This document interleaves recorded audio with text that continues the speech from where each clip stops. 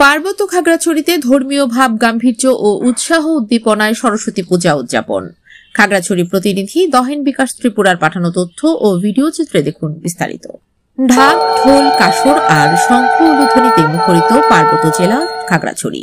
জেলার বিভিন্ন শিক্ষা প্রতিষ্ঠান, মন্দির ও ত্রিপুরা পল্লীগুলোতে উৎসব মুখর পরিবেশে উদযাপিত হচ্ছে বিদ্যা ও জ্ঞানের দেবী সরস্বতী পূজা। প্রতি বছরের মতো এবারও মাঘ মাসের শুক্লা পঞ্চমী তিথিতে আয়োজিত হল বাগদেবীর আরাধনা। সকাল থেকেই বিভিন্ন পূজা মণ্ডপে দেবীকে দুধ, মধু, দই, ঘি, কর্পূর ও চন্দন দিয়ে স্নান করিয়ে শুরু হয় বাণী অর্চনা। সনাতনী ধর্মীয় রীতি অনুযায়ী সকাল থেকেই শিশুদের হাতে খড়ি অনুষ্ঠানের মাধ্যমে বিদ্যা চর্চার সূচনা করা হয়।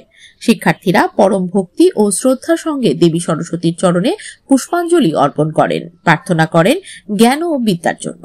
শিক্ষার্থীরা বলেন, জীবনে চলার পথে জ্ঞান, বিদ্যা, বুদ্ধি অর্জন করতে আমরা মা সরস্বতীর পূজা করি। ভবিষ্যতে ভালো ছাত্র হতে চাই।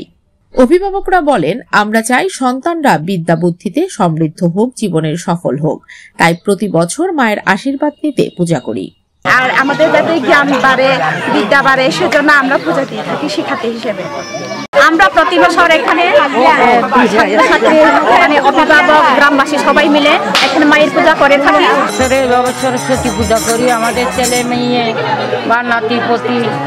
সন্ধ্যায় বিভিন্ন পূজা মণ্ডপে সাংস্কৃতিক অনুষ্ঠানের আয়োজন করা হয়, যেখানে স্থানীয় শিল্পীরা সঙ্গীত, নৃত্য ও আবৃত্তিতে মেতে ওঠেন। এভাবে উৎসব ও ধর্মীয় ভাব গাম্ভীর্যের মধ্য দিয়ে পার্বত্য জেলা খাগড়াছড়িতে পালিত হল বিদ্যার দেবী সরস্বতী পূজা।